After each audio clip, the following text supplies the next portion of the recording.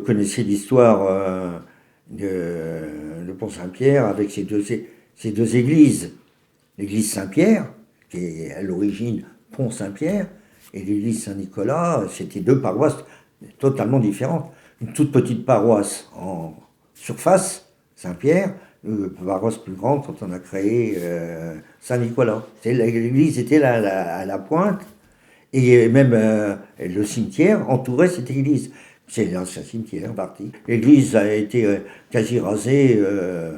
S'il n'y a pas 2 siècles, il n'y a pas très loin. Non, c'est très ancien. Hein. Et le Catelier, c'est le premier château de Pont-Saint-Pierre. Il y a eu 5 châteaux à Pont-Saint-Pierre. Mes 2 grands-parents sont de Pont-Saint-Pierre. Mon père et ma mère sont tous les 2 nés à Pont-Saint-Pierre. Donc, d'où la tâche que j'ai pour Pont-Saint-Pierre. Hein. Le moulin du château, vous voyez où il est, le moulin du château, quand on tournait le château. Je ne parle pas du moulin qu'on aperçoit de la grande rue. Hein. C'est pas le moulin du château, celui-là. Le moulin du château, il est derrière. Et il a fini de tourner un peu après la guerre. C'était du coton, je me rappelle, j'ai vu le propriétaire, mais j'étais gamin, hein, j'avais 10 ans. Hein, donc, Et le château est la propriété de la famille Descamps. Et le moulin faisait partie de la propriété, ainsi que les maisons, je suppose que ça vient d'être vendu, les maisons tout autour, mais ma grand-mère habitait là. Les parents de Philippe habitaient là aussi.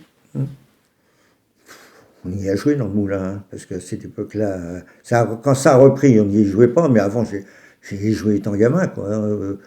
Il y a des tas de souvenirs, si vous voulez, quand je passe par là-bas, il y a des tas de souvenirs qui remontent, quand même. Obligatoirement, les souvenirs de jeunesse, c'est toujours merveilleux. La façon dont on a vécu, les rapports avec les autres, avec les voisins, les autres enfants. Hein, moi, les rapports avec ma grand-mère, c'est une époque merveilleuse, quoi. Il y a des petits souvenirs qui marquent des points. Moi, j'ai un souvenir de 1939. J'avais une trottinette, j'avais 5 ans.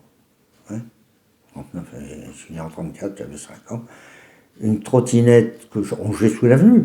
L'avenue, il y avait rien. Oui, les grands arbres. Elle était merveilleuse, cette avenue. Je ne sais plus qu'est-ce que c'était comme arbre, hein, mais l'avenue, les grands arbres. J'avais laissé ma trottinette là. Et les militaires anglais ont voulu se foutre à l'abri sous les arbres avec leurs camions, etc. Ils ont écrabouillé ma trottinette. Je me suis fait engueuler par ma grand-mère qui m'a dit, bah, tu vois, prochaine fois, tu rangeras tes affaires. Ça fait partie des choses qu'on garde. Hein. Avec l'avenue, le château, bon, bah, naturellement, le lotissement n'existait pas. C'était un mur continu le long de la maison à cette époque-là, c'était le Toubib, hein, docteur Joanneau, hein, si mes souvenirs sont bons. Le mur allait jusqu'à l'Andelle, quoi. Hein. L'avenue avec le château au fond, ça a l'allure. Mais ça n'a jamais été l'accès. C'est amusant, parce que l'avenue du château, ça n'a jamais été l'accès au château. Le château a toujours été sur la rue, là, en contrebas de la gare. Hein. Et tout ça, ça change. Pont-Saint-Pierre a beaucoup changé. Au point de vue de l'historique, le présent n'est jamais que la suite de ce qui s'est passé avant. Mais c'est amusant. Les limites. Pont-Saint-Pierre, son terrain de foot, tout est soumis. Pourquoi ? Parce que, à l'époque, il n'y avait pas cet esprit d'agrandissement, de travail, de culture. Donc, à ras des maisons, il y a le fameux fossé qui entoure la commune de Pont-Saint-Pierre, de Saint-Nicolas. Il existe. Alors, bien des gens en parlent comme si c'était un bras de l'Andelle. C'est absolument faux. C'est un fossé qui a été construit pour marquer les limites de la commune, à un moment donné. Hein. Bon, jusqu'à cette limite, c'est remis. Ce qui fait que les tas de gens de Pont-Saint-Pierre qui sortent un tout petit peu, hein, leur maison est sur Romilly, et puis la boîte est sur Pont-Saint-Pierre. Saint-Pierre est une commune qui mourait. Ils sont prêts, ils essaient de faire pas mal de choses pour empêcher la mort, mais c'est pas facile. Ils essayent d'un lotissement sur la partie du château qu'on pourrait, mais c'est refusé, hein, tout le côté jardin, etc. L'ancienne piscine des propriétaires actuels, enfin non, des anciens, les derniers propriétaires sérieux, les Descamps, eh bien, qu'est-ce qui va se faire ? C'est dommage. Pont-Saint-Pierre a un riche passé. Mais pour le moment, enfin l'avenir n'est plus là maintenant. Hein. L'avenir est à la communauté de communes, partout. Donc on va mettre en commun les richesses de Pont-Saint-Pierre, de Romilly et de Douville. Enfin, ça me paraît logique. Alors dans Pont-Saint-Pierre, oui, il y a pas mal de choses intéressantes à voir. Hein. J'ai connu toute cette évolution de Pont-Saint-Pierre, enfin, depuis l'âge où on a un peu de mémoire, depuis 1940 à maintenant, bah oui, ça fait quand même beaucoup d'évolution. Hein. J'ai connu M. Berthet, oui, il m'a fait courir étant gamin, lui. Hein. Il est venu faire un cyclocross à Pont-Saint-Pierre. Berthet, chemin de la couleur, tout ça. Hein. Alors, il faudrait que je redonne. Ça m'avait travaillé quand même. Étant gosse, j'étais venu voir, on avait couru à lui, hein, cyclocross. C'était les grands débuts. Et Berthet, c'était quand même. Il a été 3 fois champion du monde de l'heure. Hein. C'était pas n'importe qui, Berthet. Enfin, au point de vue sportif. Oui, il a eu un grand succès en Allemagne. Ça a posé quelques problèmes d'ailleurs. Hein. Pendant la guerre. Course Paris pour Saint-Pierre, vous vous rendez compte? Organiser une course Paris pour Saint-Pierre. Le petit trou de pour Saint-Pierre. Oh, c'est une histoire. Il y avait des gens qui étaient. Bah oui. Qui étaient mordus là-dedans. Et puis, Oui, non, mais c'est surtout le personnage Berthet, champion du monde, archi connu, quoi. C'était pas n'importe qui. Si j'étais né, c'est tout juste, hein, c'est peut-être en 1934. Hein. Vous êtes rentré quand chez Pierre Val? En dis pas de bêtises, 62. 62. Et Pierre Val a été créé, sans doute en 60, ou peut-être en 59. Parce que ça dépend. Hein. Pierre Val a débuté au départ dans une ferme du château. L'embouteillage était à Pierreval, mais administratif, tout ça, c'était dans la ferme du château, qui est sur Pont-Saint-Pierre, c'est pas sur Douville, qui est sur Pont-Saint-Pierre, mais à l'entrée de Douville. Il y a eu très longtemps, oui, même en 62, il y a encore des contacts importants avec, ça appartenait au château, hein, donc tout s'est fait en liaison avec le château au départ, quoi. Moi, j'ai été responsable du personnel, responsable technique aussi un petit peu au départ, ce qu'on appelait le mouvement, tout ce qui était avant et après l'embouteillage. Donc pour embouteiller, il faut des bouteilles, il faut des casiers, etc. Et ensuite, une fois fabriqué, le stockage et les livraisons. Quand j'étais embauché, il y avait déjà, l'usine avait déjà du monde. Je suis incapable de vous donner exactement le chiffre, mais il y avait déjà du monde. Hein. Ça a progressé très vite. Pourquoi? Parce que il fallait à l'époque énormément de manutention humaine. Hein? On n'était pas... Enfin, d'une certaine façon, heureusement, hein, mais les machines... Là, c'est l'éternel problème entre le travail humain manuel et l'utilisation des machines. Hein. Rappelez-vous, dans ce contexte à Lyon, hein, ça a été la bagarre contre les premières machines, et ça continue toujours, mais bon, n'importe comment, celui qui n'évolue pas, donc dont les prix ne baissent pas, il est foutu.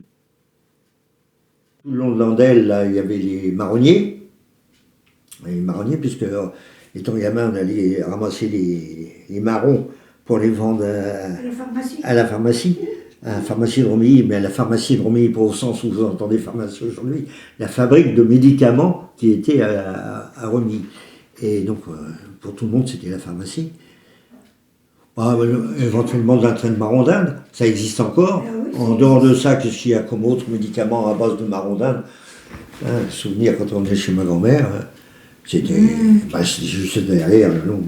On savait récupérer 3 sous. Je ne devais pas traverser la grande rue de Pont-Saint-Pierre. Ma grand-mère, mais j'avais le droit d'aller à gauche à la crèmerie. Madame Le Sueur était à la hauteur avant l'épicier, avant le boulanger, les cantins. Hein, actuellement, je ne sais plus ce qu'il y a là-dedans. Il y a eu à un moment donné des dépanneurs Internet, mais il n'y a plus, je ne sais pas ce qu'il y a actuellement. Et j'avais le droit d'aller à la ruche. Si je tournais à droite, j'avais le droit d'aller à la ruche. Hein, parce que c'était trop tard, il ne fallait pas traverser là. Les petits trucs de gamin. Hein. Mais pour Saint-Pierre, qu'est-ce que ça a chamboulé?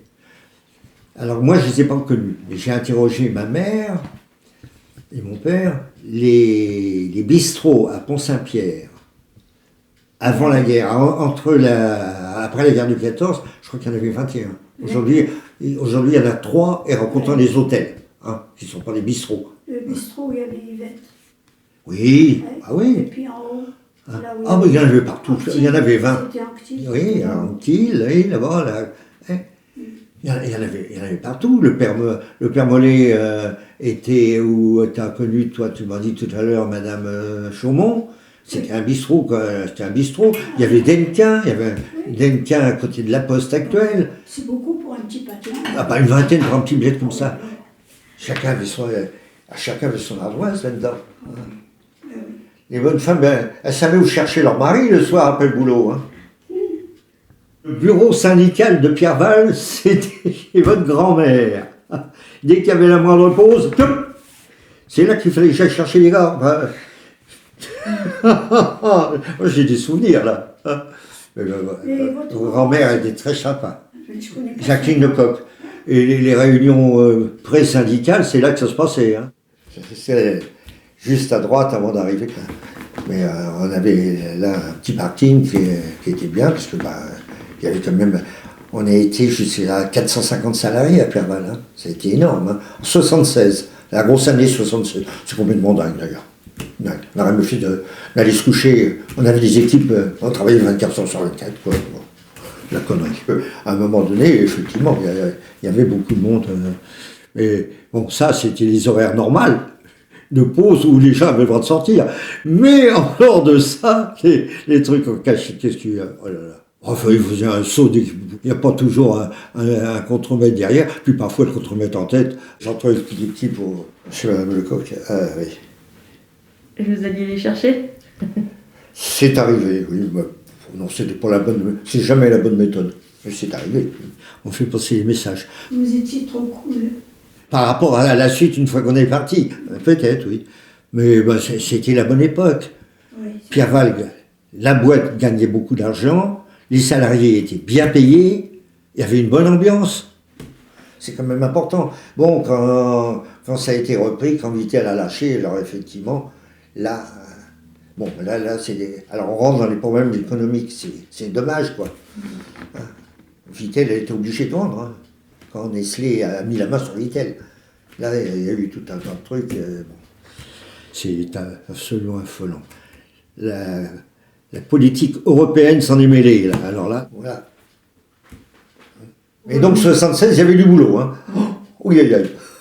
Tu rentrais pas de bonheur, hein. Ah oui. C'est vrai que Pierreval était une bonne boîte. Une bonne boîte. Tout le monde voulait aller à Pierreval. Tous ceux qui étaient au chômage, ils voulaient aller à Pierreval. Oui, non, Pierreval était une bonne boîte. Et il y avait un esprit d'équipe.